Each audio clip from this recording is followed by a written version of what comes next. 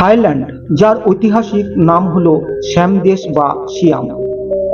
Thailand রাজ্য হল দক্ষিণ পূর্ব এশিয়ার 5,13,120 বর্গ কিলোমিটার জুড়ে বিস্তৃত 7 কোটি জনসংখ্যার একটি দেশ। এর উত্তরে মিয়ানমার ও লাওস, পূর্বে লাওস ও কম্বোডিয়া, দক্ষিণে থাইল্যান্ড উপসাগর ও মালয়েশিয়া এবং পশ্চিমে আন্দামান সাগর ও মিয়ানমার অবস্থিত।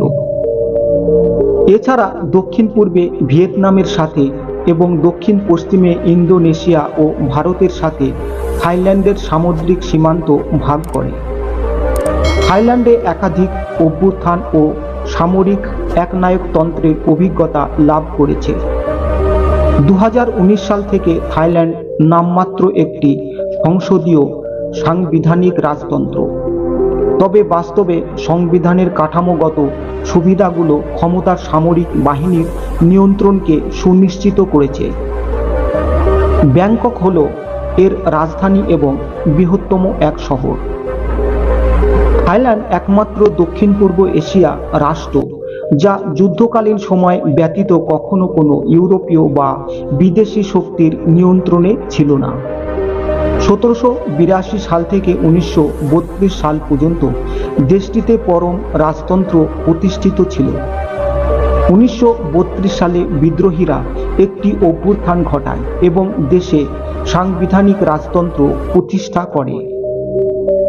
তখন থেকে আজ পর্যন্ত থাইল্যান্ড বহু সামরিক ও বেসামরিক সরকারের অধীনে শাসিত হয়েছে। 1939 সাল পর্যন্ত দেশটি সামদেশ নামে পরিচিত ছিল। ওই বছর এর নাম বদলে থাইল্যান্ড রাখা হয়। তবে 1940-এর দশকের শেষের দিকে আবারও একে সামদেশ নামে ডাকা হতো।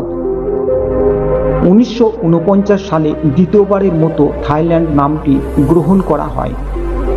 থাইল্যান্ডের মধ্যভাগে রয়েছে একটি বিস্তীর্ণ উর্বর সমভূমি। এই সমভূমির মধ্যে দিয়ে দেশের প্রধান নদী চাও ফ্রায়া এবং এর শাখা নদী ও উপনদীগুলি প্রবাহিত হয়েছে। এই অঞ্চলে দেশের ধান ও অন্যান্য ফসলের অধিকাংশের আবাদ হয়। মধ্যভাগের সমভূমির পশ্চিম, উত্তর ও পূর্ব দিক ঘিরে রেখেছে পাহাড় ও মালভূমি।